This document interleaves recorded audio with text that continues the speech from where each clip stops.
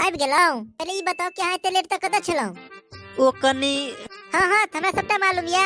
गेल हैब कोनो छोरी मोगी संगे फिल्म देखे ले। हे भगवान, जहिया से अहाँ से बियाह करके एलौं तहिया से हमरा अहाँ हर हमेशा शक्के के नजर से देखे छी। हाँ त केना नहीं सबके नजर से देखू। यो अहाँ सुबह 9 बजे ऑफिस जाइ छियै त रोज के रोज 5 बजे आबि जाइ छियै।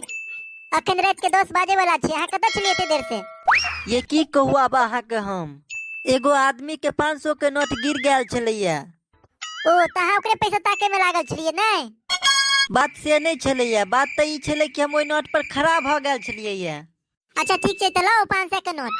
देखियो आब हमरा लग 100 रुपया बाकी है। अयो 500 रुपया में से 100 रुपया अहाँ लग केना हैत? ये नहीं बुझलियै, जे नोट पर हम खड़ा छलियै ओ नोट के उठबैत हमरा एगो लड़की देख लेने छलै। हाँ त तो हमरा ओकरा खियाबा पियाबा पड़ल। ओहो अतः होटल में नहीं खेलक, ओ कहलक जे हमरा मिथिला हाट ल चलू खुआबै ले।